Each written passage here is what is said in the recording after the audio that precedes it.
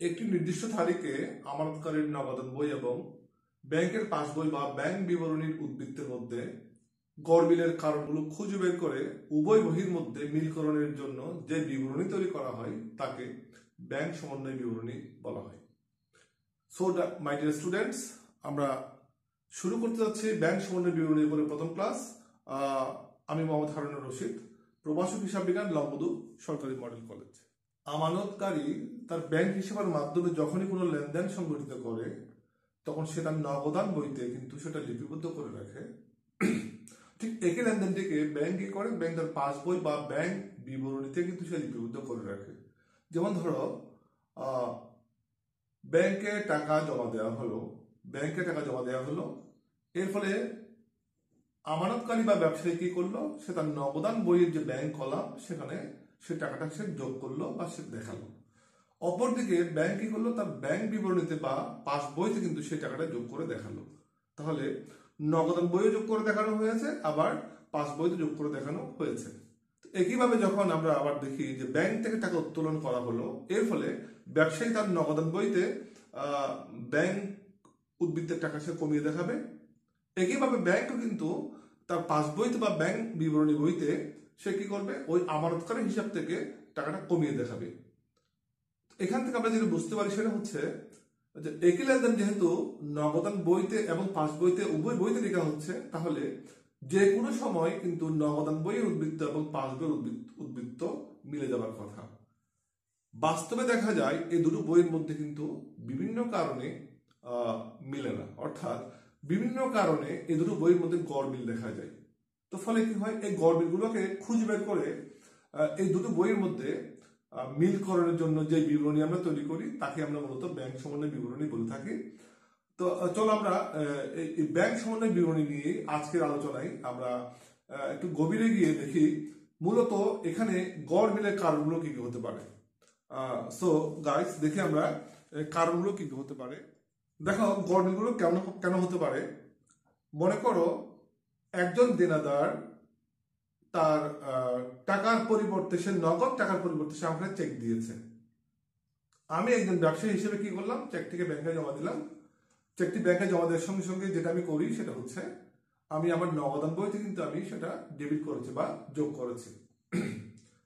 ব্যাংকের একটা ধর্ম হচ্ছে বা বৈশিষ্ট্য হচ্ছে, ব্যাংক ওই চেকের টাকা ততক্ষণ পর্যন্ত আমার অ্যাকাউন্টে যোগ করবে না যতক্ষণ পর্যন্ত না সে ওই টাকাটা আদায় করতে পেরেছে, অর্থাৎ ওই সংশ্লিষ্ট দেনাদারের কাছ থেকে সে আদায় করতে পেরেছে। এখন দেখা গেল যে আমি চেকটি ব্যাংকে জমা দিয়েছি, কিন্তু ব্যাংক এখনো পর্যন্ত ওই চেকের টাকা আদায় করতে পারেনি। তাহলে কি হলো, ওই চেকের টাকা আমি যোগ করেছি কিন্তু ব্যাংক এখনো যোগ করেনি। তো এই কারণে কি হতে পারে, উভয় বইয়ের মধ্যে একটা গড়মিল দেখা দিতে পারে। আবার দেখো, মনে করো আমার একজন পাওনাদার মিস্টার আব্দুর রহিম, আমি তাকে তার পাওনা টাকা বাবদ নগদ টাকার পরিবর্তে একখানে চেক প্রদান করলাম, একটা চেক ইস্যু করলাম।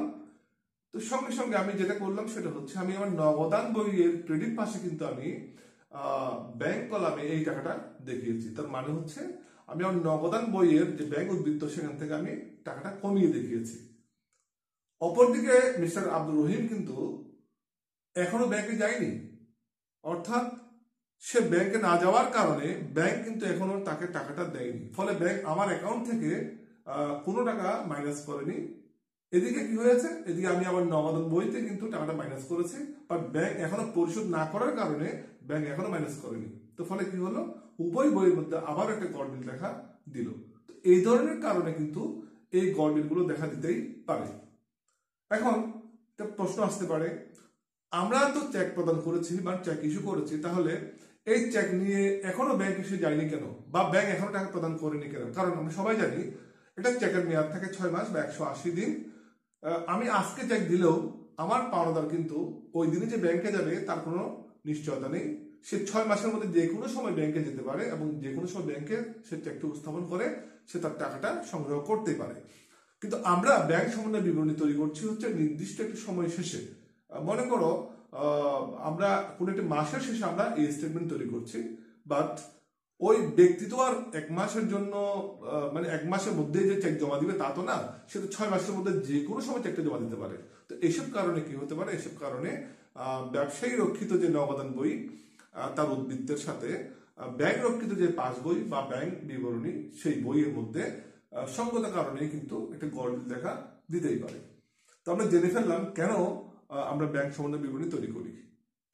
এবারে আমরা সরাসরি প্রশ্নের দিকে চলে যাব। দেখো, প্রশ্নপত্রে একটা ব্যাংক সমন্বয় বিবরণীর প্রশ্নপত্রে ল্যাঙ্গুয়েজ থাকতে পারে হচ্ছে এইরকম। একটু খেয়াল করো, প্রথম যে লাইনটা সে লাইনটা হতে পারে নগদান বই মোতাবেক ব্যাংক জমার উদ্বৃত্ত, নাম্বার 1। নাম্বার 2, নগদান বই মোতাবেক ব্যাংক জমাতিরিক্ত। নাম্বার 3, পাসবই বা ব্যাংক বিবরণী মোতাবেক ব্যাংক জমার উদ্বৃত্ত। এবং পাসবই বা ব্যাংক বিবরণী মোতাবেক ব্যাংক জমা তিরিক্ত। এই 4 ধরনের প্রশ্ন হতে পারে। কিন্তু মনে রাখবে এই 4 ধরনের প্রশ্নকে কিন্তু চার ভাবে সমাধান করতে হবে না। তোমরা এই 4 ধরনের প্রশ্নকে দুভাবে সমাধান করতে পারবে। তাহলে আমরা জেনে নেই এই 4 ধরনের প্রশ্নকে আমরা কিভাবে দুভাবে সমাধান করতে পারি। এটা জানার জন্য তোমাদের যেটা মনে রাখতে হবে সেটি হচ্ছে নগদান বই মোতাবেক ব্যাংক জমার উদ্বৃত্ত অথবা পাসবই মোতাবেক ব্যাংক জমা তিরিক্ত, এই দুটোর যদি কোনো একটি থাকে, আমি আবারও বলছি, নগদান বই মোতাবেক ব্যাংক জমার উদ্বৃত্ত অথবা পাসবই মোতাবেক ব্যাংক জমা তিরিক্ত থাকলে পরে তোমাকে যেই সূত্রটি অনুসরণ করতে হবে সেটি হচ্ছে, তোমাকে লক্ষ্য রাখতে হবে ব্যাংক কি করেছে। ব্যাংক যা করবে তোমাকে ঠিক তাই করতে হবে। তার মানে হচ্ছে পাসবইতে যা করা হয়েছে তোমার নগদান বইতে তোমাকে ঠিক তাই করতে হবে। যেমন কোনো লেনদেনের ফলে যদি ব্যাংক কি করে, ব্যাংক যদি ব্যাংক বিবরণীতে বা পাসবইতে যদি সেটা যোগ করে তাহলে তোমাকে সেটা যোগ করতে হবে। ব্যাংক যদি বিয়োগ করে তাহলে তোমাকে সেটা বিয়োগ করতে হবে। আমি আবারও বলছি, ব্যাংক যা করবে আমানতকারীকে তাই করতে হবে। ব্যাংক যোগ করলে আমানতকারী যোগ করবে, ব্যাংক বিয়োগ করলে আমানতকারীও তার নগদান বইতে বিয়োগ করবে। তো অপর দিকে যদি এমন ঘটনা ঘটে আমানতকারী তার নগদান বইতে যোগ করেছে বাট কোনো না কোনো কারণে ব্যাংক সেটা এখনো যোগ করেনি, আমি আবার বলছি আমানতকারী যোগ করেছে বাট ব্যাংক তার পাসবইতে এখনো যোগ করেনি, এই অবস্থায় আমাকে আমানতকারীকে তার বিপরীত কাজটি করতে হবে। তার মানে হচ্ছে সে যদি পূর্বে নগদান বইতে যোগ করে থাকে সে এখন সেটাকে বিয়োগ করবে। অপরদিকে আমানতকারী যদি নগদান বইতে সেটাকে বিয়োগ করে থাকে অথচ ব্যাংক এখনো করেনি, এই অবস্থায় আমানতকারী সেটাকে এখন আবার যোগ করবে। তার মানে হচ্ছে সে যদি পূর্বে বিয়োগ করে থাকে তাহলে সে এখন যোগ করবে, যদি সে পূর্বে যোগ করে থাকে তাহলে সে এখন বিয়োগ করবে। তার একটা মাত্র কারণ হচ্ছে আমরা ব্যাংকের সাথে তাল মিলাবো। আমরা করেছি বাট ব্যাংক করেনি, এই অবস্থা আমাকে মনে করতে হবে ব্যাংক যেহেতু করেনি আমারও না করা উচিত বাট আমি করেছি, তো যেহেতু আমি করে ফেলেছি এখন আমাকে সেই তার বিপরীত কাজটা করতে হবে। এটা হচ্ছে মূল সূত্র। এই সূত্র যদি আমরা মাথায় রাখতে পারি তাহলে আমরা অত্যন্ত সহজে কিন্তু ব্যাংক সমন্বয় বিবরণী তৈরি করতে পারবো। আমি এখন যে বিষয়টা আলোচনা করলাম সেটা হচ্ছে, আমি আবারও স্মরণ করিয়ে দেই, আমি যে সূত্রটা বললাম যে ব্যাংকের সাথে আমরা তাল মেলাবো, ব্যাংক যা করবো আমরা সেটাই করবো, সেটা কখন হবে? সেটা তখনই হবে যদি প্রশ্নপত্রটি বা প্রশ্নপত্রে যদি লেখা থাকে নগদান বই মোতাবেক ব্যাংক জমার উদ্বৃত্ত অথবা পাসবই মোতাবেক ব্যাংক জমা তিরিক্ত, শুধুমাত্র সেই ক্ষেত্রে। প্রশ্নে যদি আবার তার বিপরীত কথাটি থাকে, যেমন নগদান বই মোতাবেক ব্যাংক জমা তিরিক্ত অথবা পাসবই মোতাবেক ব্যাংক জমার উদ্বৃত্ত যদি থাকে, সেক্ষেত্রে কিন্তু আমাকে একটু আগে আমি যে কথাগুলো বলেছিলাম ঠিক তার বিপরীত নিয়ম অনুসরণ করতে হবে। তার মানে হচ্ছে যদি প্রশ্নপত্রে নগদান বই মোতাবেক ব্যাংক জমা তিরিক্ত অথবা পাসবই মোতাবেক ব্যাংক জমার উদ্বৃত্ত দেওয়া থাকে তাহলে আমাকে ব্যাংকের বিপরীত কাজটি করতে হবে। তার মানে হচ্ছে ব্যাংক যদি যোগ করে তাহলে আমাকে বিয়োগ করতে হবে, ব্যাংক যদি বিয়োগ করে আমাকে যোগ করতে হবে। আবার আমি যদি আগে যোগ করি ব্যাংক যদি না করে থাকে সেক্ষেত্রে আমি আবার যোগ করব। একইভাবে আমি যদি বিয়োগ করি ব্যাংক না করে থাকে তাহলে আমি আবারও বিয়োগ করব। ঠিক এইভাবে আমরা এই পদ্ধতিতে বা এই সিস্টেমে আমরা যদি ব্যাংক সমন্বয় বিবরণী তৈরি করি তাহলে আমরা অবশ্যই একটি নির্ভুল এবং নিখুঁতভাবে ব্যাংক সমন্বয় বিবরণী তোমাদেরকে তৈরি করার নিশ্চয় দিতে পারবো। মাই ডিয়ার স্টুডেন্টস, আজকের লেকচারটি শেষ করার পূর্বে তোমাদেরকে দুটি বিষয়ে ধারণা দিব। ব্যাংক সমন্বয় বিবরণীর পাশাপাশি তোমাদেরকে ডেবিট মেমোরেন্ডাম এবং ক্রেডিট মেমোরেন্ডাম তৈরি করতে বলতে হতে পারে বা বলা হতে পারে। তাহলে আমাদের জানা উচিত ডেবিট মেমোরেন্ডাম মানেটা কি, আসলে কি? ডেবিট মেমোরেন্ডাম হচ্ছে কিছু লেনদেন ব্যাংক সরাসরি লিপিবদ্ধ করে। তার মধ্যে মনে করো যে কিছু লেনদেনের ফলে ব্যাংক আমানতকারী হিসাব থেকে টাকা কমিয়ে ফেলেছে, কিছু লেনদেনের ফলে ব্যাংক আমানতকারী হিসাব থেকে টাকা হ্রাস করেছে, বিয়োগ করেছে, অথবা আমানতকারী হিসেবে সেই লেনদেনটা ডেবিট করেছে। এমন কিছু লেনদেন ব্যাংকে থাকতে পারে, যেমন ধরো ব্যাংক কর্তৃক ধার্যকৃত চার্জ, ব্যাংক চার্জ ধার্য করেছে, তার মানে এই চার্জ ধার্যের ফলে ব্যাংক কি করেছে, ব্যাংক আমানতকারী হিসাব থেকে সেটি বিয়োগ করেছে, আমানতকারী ব্যাংক হিসাব থেকে সেই টাকাটি বিয়োগ করেছে। এই ধরনের যে সমস্ত লেনদেনের ফলে ব্যাংক আমানতকারী হিসাব থেকে টাকা বিয়োগ করেছে বা ডেবিট করেছে, সেই লেনদেনগুলোর একটা নোট তৈরি করে ব্যাংক আমানতকারীর নিকটে প্রেরণ করে। ডেবিটকৃত ব্যাংক কর্তৃক ডেবিটকৃত বা ব্যাংক কর্তৃক আমানতকারী হিসাব হতে বিয়োগকৃত যে লেনদেনগুলো রয়েছে, সেই লেনদেনগুলোকে নোট আকারে লিখে যখন আমানতকারীর কাছে প্রেরণ করা হয় তাকে তখন ডেবিট মেমোরেন্ডাম বলা হয়। অপরদিকে ব্যাংক যখন কোনো লেনদেনের ফলে আমানতকারী হিসাবকে ক্রেডিট করে বা আমানতকারী হিসেবে টাকা যোগ করে বা বৃদ্ধি করে,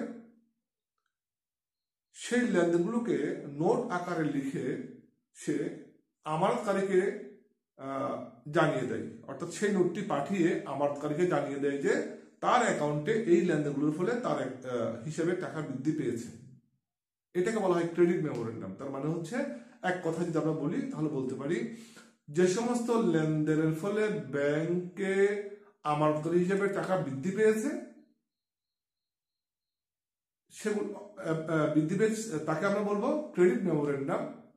আবার যে সমস্ত লেনদেনের ফলে আমানতকারী হিসেবে টাকা হ্রাস পেয়েছে, সেগুলো বলবো আমরা ডেবিট মেমোরেন্ডাম। তবে শর্ত হচ্ছে এখানে ডেবিট মেমোরেন্ডাম এবং ক্রেডিট মেমোরেন্ডাম হচ্ছে ও সমস্ত লেনদেনগুলো, শুধুমাত্র ও সমস্ত যোগ বিয়োগ এন্ট্রিগুলো যেগুলো ব্যাংক সরাসরি করেছে, এখনো পর্যন্ত তার খবর ব্যবসায়ী বা আমানতকারী জানে না বা জানতে পারেনি। তাহলে এই ধরনের লেনদেনগুলোকে নোট আকারে যখন ব্যাংক তার আমানতকারীর নিকটে প্রেরণ করে, তখন এগুলোকে আমরা ডেবিট মেমোরেন্ডাম বা ক্রেডিট মেমোরেন্ডাম বলে থাকি। হ্যাঁ, তাহলে আমি ডেবিট মেমোরেন্ডাম কাকে বলবো? যে সমস্ত লেনদেনের ফলে ব্যাংক আমানতকারী হিসাবকে ডেবিট করেছে, এমন লেনদেনগুলোকে ডেবিট মেমোরেন্ডামের আন্ডারে লিখতে হবে। এবং যে সমস্ত লেনদেনের ফলে ব্যাংক আমানতকারী হিসাবকে ক্রেডিট করেছে বা আমানতকারীর হিসাবে টাকা যোগ করেছে, সেগুলোকে আমরা ক্রেডিট মেমোরেন্ডামের আন্ডারে লিখবো। তবে শর্ত হচ্ছে, দেখা গেল ব্যাংক ডেবিট করেছে, ঠিক আছে, কিন্তু কোনো না কোনো কারণবশত সেটা নগদ বহিত লিপিবদ্ধ হয়েছে। এই অবস্থায় কিন্তু সেটাকে তুমি ডেবিট মেমোরেন্ডামের আন্ডারে দেখাতে পারবে না।